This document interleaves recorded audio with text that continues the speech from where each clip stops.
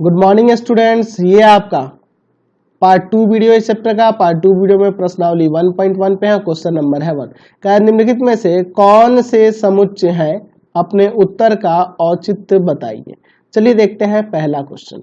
पहला क्वेश्चन कह रहा है कि जे अक्षर से प्रारंभ होने वाले वर्ष के सभी महीनों का संग्रह।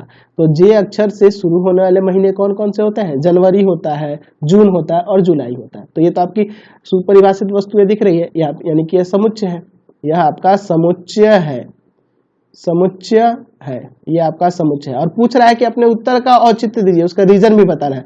तो हम यहाँ लिख सकते हैं कि जे अक्षर से प्रारंभ होने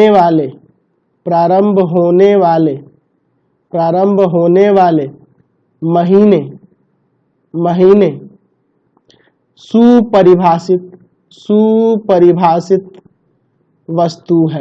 सुपरिभाषित वस्तु है, दैट मीन्स इसलिए यह समुच्चय में है।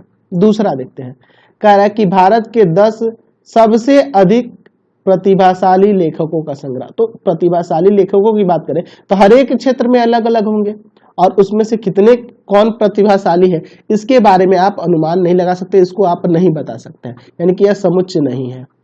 समुच्चय क्यों नहीं है? क्योंकि हम लोग कह सकते हैं कि प्रतिभाशाली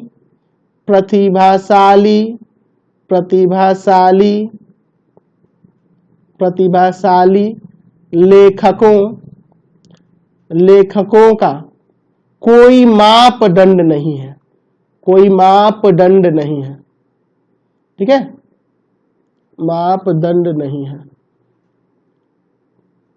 कोई मापदंड नहीं है। आप ये नहीं बता सकते कौन कितना प्रतिभाशाली है, इसके बारे में आप नहीं बता सकते हैं। तीसरा कह रहा है कि विश्व के सर्वश्रेष्ठ 11 बल्लेबाजों का संग्रह। इसका भी बल्लेबाज होना है, इसका भी कोई मापदंड नहीं है, यानी कि यह भी आप समुच्चय नहीं है। यहाँ लिख सकते हैं समुच्चय नहीं है, ठीक है, समुच्चय नहीं है। और इसके बारे में क्या लिख दोगे? तो यहाँ आगे लिख देना, क्योंकि यहाँ पे सर्वश्रेष्ठ 11 बल्लेबाजों का कोई मापदंड नहीं है, उसके बारे में आप नहीं बता सकते, यह सुपरिभाषित वस्तु नहीं है। यहाँ लिख देना, मैं सबका नहीं लिखूंगा, अब छोड़ देता हूं, खाली आपको समझा देता हूं। आपकी कक्षा के सभी बालकों का संग्रह। अरे आपके क्लास में, आप क्लास 11th में हो, तो आपके क्लास में कितने बालक हैं आपकी कक्षा में? आपकी कक्षा 11th और आपके ही क्लास में, आप जिस क्लास में पढ़ते हो उसके बारे में कह रहा है।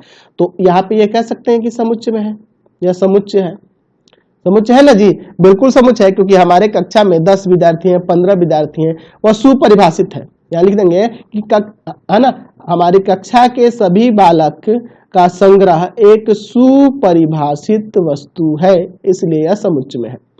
100 से कम सभी प्राकृत संख्याओं का समुच्चय, तो ये संग्रह, तो ये भी आपका समुच्चय है, ये भी आपका समुच्चय है, कि 100 से कम सभी प्राकृत संख्या आपको पता है कौन कौन सी होंगी, ये इसका संग्रह किया जा सकता है, ठीक है। लेखक प्रेमचंद द्वारा लिखित उपन्यासों का संग्रह, हाँ बिल्कुल ये भी संग्रह की वस्तु है, ये भी समुच्चय में होगा, क्योंकि लेखक प्रेमचंद ने कितने उपन्यास लिखे हैं इसके बारे में तो हम लोग पता लगा सकते हैं ना, बिल्कुल उनका संग्रह किया जा सकता है, दैट मीन्स ये भी समुच्चय है। सभी समपूर्णांकों का समुच्चय, कौन कौन से समपूर्णांक है?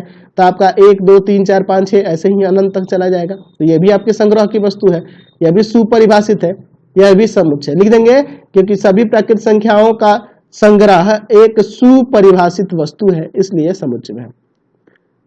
एक अध्याय में आने वाले सभी प्रश्नों का संग्रह, तो आपके किसी विशेष अध्याय के लिए पूछ रहा है, दैट मीन्स यह भी आपका समुच्चय है।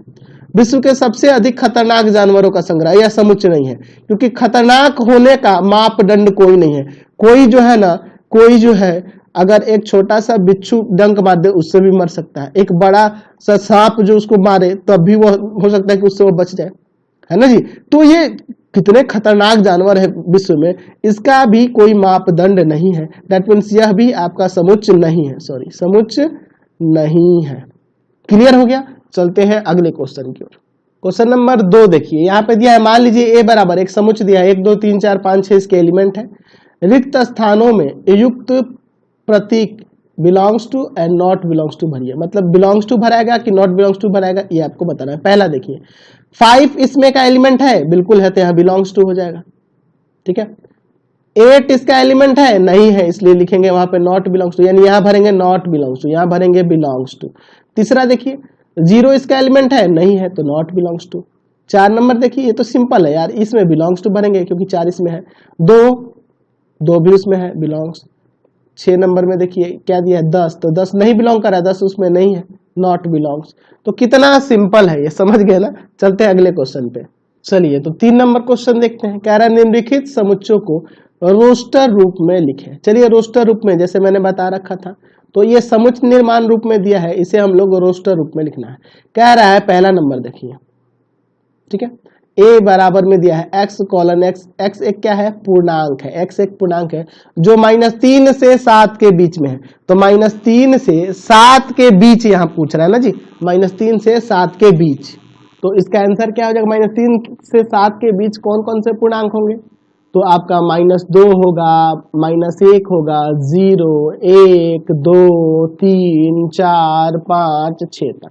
अब देखिए ये तो रहा इसमें, आप इंग्लिश मीडियम में जाओगे ना तो उसमें क्वेश्चन में ऐसे दिया है, यहाँ पर दिया है आपका, यहाँ दिया है -3 बराबर है x के, -3 बराबर है x के, और -3 से बड़ा है x या 7 से छोटा है ऐसे। तो इस कंडीशन में इसमें 3 भी इंक्लूड हो जाएगा।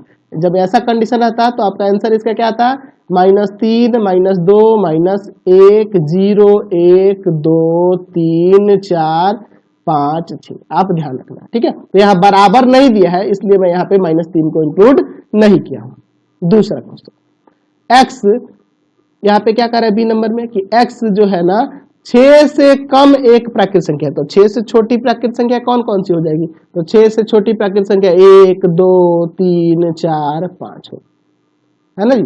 चलिए तीसरा, x क्या है, तो 2 अंकों की एक ऐसी प्राकृत संख्या है, 2 अंकों की एक ऐसी प्राकृत संख्या है जिनके अंकों का योग 8 हो जाए। तो अंकों का योग 8 होना चाहिए और वो 2 अंकों वाली प्राकृत संख्या होनी चाहिए। चलिए तो 2 अंकों वाली सबसे छोटी प्राकृत संख्या जिनके अंकों का योग 8 आ जाए, तो एक तो पहला हो जाएगा 17, है ना। 2 अंकों में आप शुरू से देखते चलो, 10 से शुरू करो, 10, 11, 12 ऐसे जोड़ के देखो किसका 8 आ जा रहा है, तो 17 हो जाएगा। 17 के बाद आपका 26 हो जाएगा, 26 के बाद आपका 35 हो जाएगा, है ना जी। इसमें एक बढ़ाएंगे, इसमें एक घटाएंगे, पता चल जाएगा। 44 हो जाएगा, 44 के बाद आपका 53 हो जाएगा, 62 हो जाएगा, 62 के बाद आपका 71 हो जाएगा ना, और फिर 80 हो जाएगा। देखो होगा ना, सारे 2 अंकों वाले ऐसी सारी प्राकृत संख्या होगी जिनके अंकों का योग 8 हो जाए। चलिए तीसरा, चौथा देखते हैं। डी में क्या दिया है कि x एक अभाज्य संख्या है जो संख्या 60 की भाजक है। संख्या 60 का भाजक होना चाहिए, ठीक है, और वह अभाज्य संख्या होनी चाहिए। तो अभाज्य संख्या कौन कौन सी हो जाएंगे जो 60 का भाजक हो जाएगा, 60 में भाग लग जाए पूरी तरह से विभाजित कर दे 60 को, वही ना उसके भाजक होंगे। तो आप देखो ना, मैं 2 को देख लूंगा, 3 हो जाएगा, 5 हो जाएगा। आप 60 का अभाज्य गुणनखंड करो ना, पता चल जाएगा। 2 से शुरू करो, आपका 30 आएगा, 2 से शुरू करो 15 आएगा, और 3 से शुरू करो 5 आएगा। तो इसमें 2, 3 और 5, 2 बार 2 आ रहा है, 2 बार नहीं लिखा जाता है किसी भी संख्या को। चलिए समुच्चय में ये ध्यान रखना, तो 2, 3, 5 इसके भाजक दिख रहा है। चलिए इसका अब देखते हैं 5 नंबर। ई जो कह रहा है कि ट्रिग्नोमेट्री शब्द के सभी अक्षरों का समुच्चय, तो इसमें जो रिपीटेड अक्षर होंगे ना उसको छोड़ देंगे। देखो इसमें टी है, आर है, आई है, जो रिपीटेड होगा उसको एक ही बार लिखेंगे, है ना। जी है, ओ लिख लेते हैं, एन लिखते हैं, फिर अब ओ आ गया तो इस ओ को छोड़ देंगे, है ना। एम तो नहीं ना है, एम लिख लेते हैं। अच्छा, ई भी लिख देते हैं, ई लिख दिए। टी तो टी पहले यूज हो गया है, आर पहले भी यूज हो चुका है, सिर्फ वाई। तो इस तरह से जो रिपीटेड होंगे उसको एक बार लिखेंगे, बाकी को लिख देंगे। तो ये आपका क्या हो गया, इसका रोस्टर रूप हो गया। चलिए एक और है 6 नंबर। एफ में क्या आ रहा है कि बेटर शब्द के सभी अक्षर। अच्छा देखते हैं इसमें कौन कौन से हैं। बी है, ई है, डबल टी है तो एक ही बार टी लिखेंगे, ई तो यूज हो चुका है, फिर आर लिख देंगे, तो BETR हो जाएगा इसका रोस्टर रूप। चलिए अगला क्वेश्चन देखिए 4 नंबर। 4 नंबर में क्या कह रहा है कि निम्नलिखित समुच्चयों को समुच्चय निर्माण रूप में व्यक्त कीजिए। सेट बिल्डर फॉर्म में लिखना है। देखिए यहाँ पे आपको पहला क्वेश्चन दिया है, देखिए रोस्टर रूप में है, इसको सेट बिल्डर फॉर्म में लिखना है, इसको यहाँ समझना होगा। यहाँ पे देखो क्या कह रहा है, यह 3 है, 6 है, 9 है, 12 है, ये सारे दिए गए हैं संख्या, ठीक है। एक्चुअल में यहाँ पर जो दिया हुआ है ना, यहाँ पे थोड़ा सा गड़बड़ कर दिया, यहाँ मिडिल ब्रैकेट होना चाहिए था। कभी भी मिडिल ब्रैकेट के अंदर ही ना लिखा जाता है समुच्चय के अवयवों को, तो यहाँ पे स्मॉल ब्रैकेट दे दिया था, इसको तो हटा देंगे, यहाँ मिडिल ब्रैकेट है, ठीक है। चलिए एनसीईआरटी हिंदी मीडियम में गलती कर देता है, चलिए इसको समझिए। यहाँ पे मैं इसका कुछ नाम मान लेता हूँ, मान लेता हूँ ए, ठीक है, और लिखता हूँ 3, 6, 9 और 12। इसको समुच्चय निर्माण रूप में बदलना है। चलो देखो इसको समुच्चय निर्माण रूप में मैं बता रखा हूँ आपको, x कॉलन x। अच्छा यहाँ पे मैं x बराबर में, समझो यहाँ पे 3n लिख देता हूँ, 3n, और यहाँ पे लिख देता हूँ कि n belongs to n, capital N, और n जो है 4 से छोटा और 4 के बराबर है। इसका मतलब समझो, यहाँ देखो n फॉर नेचुरल नंबर, ये छोटा n क्या है, प्राकृत संख्या है, जो 4 और 4 से छोटा है, 4 और 4 से छोटा है। तो देखो 4 और 4 से छोटा यानी 1, 2, 3, 4, यही ना होगा। तो आप देखो n के जगह 1 रखोगे तो ये आ जाएगा, 2 रखोगे तो ये आ जाएगा, 3 रखोगे तो ये आ जाएगा, 4 रखोगे तो ये आ जाएगा, है ना जी। तो इसी को ये निरूपित कर रहा है। दूसरा देखो, दूसरे में इसको b मान लेता हूं, यहाँ दिया हुआ है 2, 4, फिर 8 है, फिर 16 है और फिर 32 है, ठीक है। तो यहाँ क्या देख रहे हैं, यह 2 का स्क्वायर है, ये 2 है, ये 2 का स्क्वायर है, ये 2 का पावर 1 है, ये 2 का स्क्वायर है, 2 का क्यूब, 2 का 4, 2 का पावर 5, ऐसे दिया है। तो मैं इसे ऐसे लिख सकता हूँ कि नहीं, b बराबर में x कॉलन x का x बराबर में 2 का पावर n, और लिख देते हैं कि n बिलोंग्स टू n, या स्मॉल n एक नेचुरल नंबर है, और जो 5 और 5 से छोटा है, 5 और 5 से छोटा है। प्राकृत संख्या है, 1 रखोगे तो ये आएगा, 2 रखोगे तो ये आएगा, 3 रखोगे तो ये आएगा, 4 रखोगे तो ये आएगा, 5 रखोगे तो ये आएगा। 5 और 5 से छोटा ही ना। चलिए देखो कितना आसान है, 3 नंबर। इसको मैं सी मान लेता हूँ, सी बराबर में 5 है, 25 है, 125 है, 625 है। तो इसे भी उसी टाइप का है, ये सेकंड वाले टाइप का ही है। एक्स बराबर में एक्स कॉलन एक्स बराबर में क्या हो जाएगा आपका 5 का पावर n, और लिख देता हूं कि n एक नेचुरल नंबर है, बिलोंग करता है नेचुरल नंबर से, और n जो है ना 4 और 4 से छोटा है। आप देख लो 1 से लेकर 4 तक रखो, 1 रखोगे तो ये, 2 रखोगे तो ये, 3 रखोगे तो ये, 4 रखोगे तो ये आ जाएगा ना। चलिए समझ गए। अगला देखते हैं इसका, चलो इसका 4 नंबर देखते हैं। 4 नंबर को डी मान लिया जाए, दिया है आपके पास 2, 4, 6 डॉट डॉट डॉट इंफिनिटी तक ये गया है, ठीक है। तो मैं इसे लिख सकता हूं डी बराबर में x colon x equal to 2n, ठीक है, और n belongs to n, n for natural number, n natural number से बिलोंग करता है। आप देखो 1 रखोगे तो ये, 2 रखोगे तो ये, 3 रखोगे तो ये, 4 रखोगे तो आगे आते जाएगा, है ना जी। चलिए 5 नंबर इसका, यहाँ पे e बराबर में दिया है आपका 1 है, 4 है, 9 है, डॉट डॉट डॉट कहां तक है, 100 तक है, 100 तक दिया गया है। तो मैं यहाँ पे किस तरह से लिख सकता हूं, यहाँ पे इसको लिख सकता हूं e बराबर में x कॉलन x बराबर में n स्क्वायर कर देंगे, ये सबका स्क्वायर ही ना जा रहा है, 1 का, 2 का, 3 का, 4 का, यही ना हो रहा है। और यहाँ लिख देंगे कि n जो है नेचुरल नंबर है, और n जो है 100 और कितना 10 और 10 से छोटा है ना। 10 तक का स्क्वायर ही ना गया है, 10 का ना स्क्वायर है ये, 10 और 10 से छोटा है। यानी 1 रखोगे तो ये, 2 रखोगे तो ये, 3 रखोगे तो ये, 4 रखोगे ऐसे ही आते जाएगा, 10 रखोगे तो 100 तक ही ना आएगा। देखिए ऐसा नहीं है, हम एक ही समुच्चय को कई तरह से निरूपित कर सकते हैं, तो जरूरी नहीं कि आपका आंसर सेम मिले। अब मैं इसे ऐसे भी तो लिख सकता था कि x कॉलन x एक सम संख्या है, एक सम संख्या है, तो ये भी तो एक ही बात है। तो मैंने बता रखा है कि कई प्रकार से हम लोग सेट बिल्डर फॉर्म में निरूपण कर सकते हैं, तो डिपेंड करता है आपके ऊपर।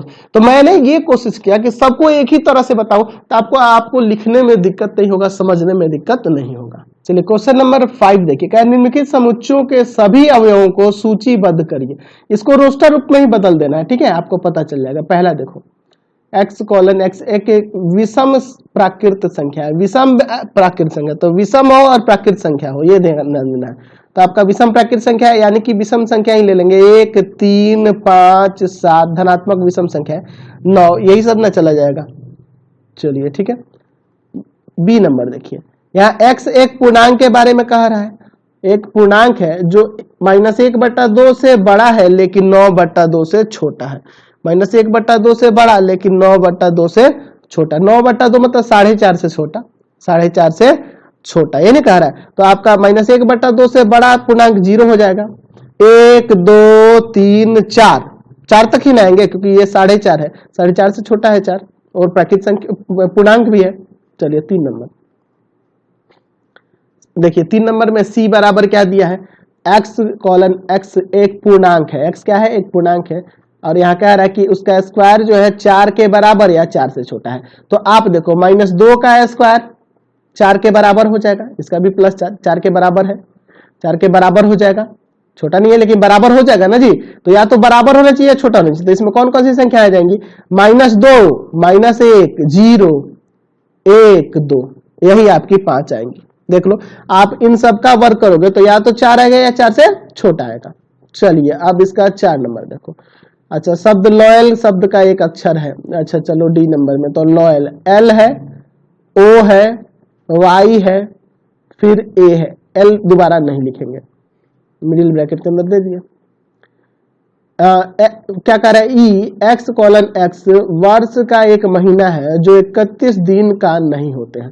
अच्छा, 31 दिन के नहीं होने वाले कौन कौन से महीने हैं, तो जनवरी तो 31 दिन का होता है, फरवरी हो गया, फरवरी, मार्च 31 दिन का होता है ना, हाँ अप्रैल हो जाएगा, अप्रैल 30 दिन का होता है, अप्रैल, और क्या हो जाएगा, जून भी हो जाएगा, और कौन हो जाएगा, जून के बाद सितंबर हो जाएगा, अगस्त तो होता है ना जी 31 का, सितंबर, यानी कि 31 दिन में नहीं होने वाले महीने को लिख देना, नवंबर, ठीक है, नवंबर, तो यही आपके महीने हो जाएंगे। 6 नंबर F दिया है कि x:x अंग्रेजी वर्णमाला का एक व्यंजन है जो K से पहले आता है। तो K से पहले वाले कॉन्सोनेंट कौन कौन से है, K से पहले वाले कॉन्सोनेंट, तो ये तो स्वर है, B हो जाएगा, C D E भी स्वर है, F G H I स्वर हो जाएगा, J K आ गया, तो K से पहले वाले ही ना होंगे आपके, B C D F G H J, मतलब K से पहले उन सभी व्यंजन को लिख देना था। स्वर को छोड़ दिए, A को छोड़ दिए, है ना, E को छोड़ दिए, I को छोड़ दिए, तीनों स्वर है, तीन को छोड़ दिए, उसके पहले K के पहले जो व्यंजन है वो सबको लिख दिए। समझ गए ना। क्वेश्चन नंबर 6 में देखा जाए, कह रहा है कि बाईं ओर रोस्टर रूप में लिखित है और दाईं ओर समुच्चय निर्माण रूप में वर्णित समुच्चय को सही मिलान करना है। इसमें मिलान करना है, पहला किसके साथ मिलेगा, दूसरा किसके साथ मिलेगा, यही आपको मिलान करना है। तो एक काम करता हूं, ये जो समुच्चय निर्माण रूप में है यहीं पे शॉर्ट में इसको रोस्टर रूप में बदल देता हूं। A एक अभाज्य संख्या है, A एक अभाज्य संख्या है जो 6 का भाजक है, जो 6 कई भाजक है। तो अभाज्य भी होना चाहिए और जो 6 का भाजक भी होना चाहिए। तो कौन कौन सा हो जाएगा आपका, 2 होगा और 3 होगा। ये 2 और 3 अभाज्य संख्या है और जो 6 का भाजक है, 6 में इससे भाग लग जाएगा ना जी पूरी तरह से, बिल्कुल ये हो जाएगा। चलिए अब देखते हैं, दूसरा कह रहा है कि x 10 से कम एक विषम प्राकृत संख्या। तो विषम प्राकृत संख्या जो 10 से कम हो, तो आपका 1 3 5 7 9 विषम है और प्राकृत संख्या है ना जी, विषम प्राकृत संख्या जो आपके 10 से कम है। चलिए x एक प्राकृत संख्या है जो 6 की भाजक है, x एक प्राकृत संख्या है जो 6 की भाजक है। अच्छा, प्राकृत संख्या है तो प्राकृत संख्या जिसमें 6 से भाग लग जाए वो 1 हो जाएगा, 2 हो जाएगा, 3 हो जाएगा और 6 हो जाएगा। ठीक है, अगला कह रहा है कि मैथमेटिक्स शब्द का अक्षर। तो मैथमेटिक्स इसमें देखो कौन कौन सा है, M है, A है, T है, H है, E, जो रिपीटेड होगा उसको छोड़ देंगे, I C और S, यही ना होगा। तो यहां मिलान करना है, तो देखो तो पहला किससे मिल जाएगा, 1 2 3 6, 1 2 3 6 C से मिल जाएगा ना, तो पहला मिला देंगे C से। दूसरा देखो, दूसरा मिल जा रहा है A से, दूसरे का A से। तीसरा देखो, तीसरे को मिलाएंगे D से, तीसरा मिल जाएगा D से। और चौथा का देखो, चौथे का चौथे का मिला देंगे बी से, चौथे का मिला देंगे बी से, तो ये आपके आंसर आ गए। तो आपका एक्सरसाइज भी कंप्लीट हो गया। तो प्लीज आप लोग कमेंट करके जरूर बताएंगे कि आपको चैप्टर ये कैसा लग रहा है।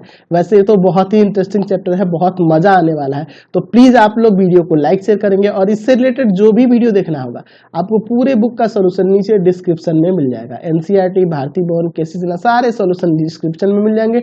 वीडियो को लाइक शेयर करेंगे और कमेंट करके जरूर बताना कि हमारे चैनल के वीडियो आपको कैसे लगते हैं, और प्लीज चैनल को सब्सक्राइब कर लेंगे। Thanks for watching the video.